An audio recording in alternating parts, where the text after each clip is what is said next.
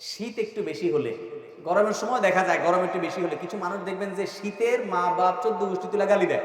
দেখছেন আপনারা? গালিগুলো তো আর আপনাদের কারো অজানা না। আশেপাশে বিভিন্ন মানুষ দেয় না, মা তুলে বাপ তুলে। শীতের আবার মা বাপ আছে, সেই মা বাপ তুলে মুখ খারাপ করে, লানত দেয়। তিরমিজির হাদিসে নবী করিম সাল্লাল্লাহু আলাইহি ওয়াসাল্লাম বলেছেন, কোন ব্যক্তি যদি এমন কোন বস্তুকে, আল্লাহর এমন কোন সৃষ্টিকে যদি লানত দেয় যে লানত পড়ার ক্ষেত্র না, তাহলে সেই লানতটা তার উপরে বর্ষণ হয়। ভাইরা আমার, রাগ দমন করতে হবে। অনেক নামাজি মানুষ কিন্তু বদমেজাজি আছে না নাই?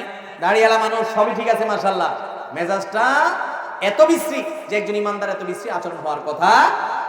অতএব ভাইরা আমার, শীতের তীব্রতায় বা গরমের তীব্রতায় কোন অবস্থাতে শীত বা গরমকে গালমন্দ করা, লানত করা, অভিশাপ দেওয়া বা বাজে কথা বলা, এটা জাহেল মানুষের কাজ।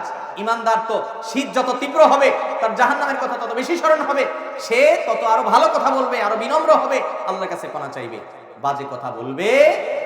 আল্লাহ তাআলা আমাদের সবাইকে এই শীতের মৌসুমে আল্লাহকে সন্তুষ্ট করার মতো আমলগুলো করে যাওয়ার তৌফিক দান করুন।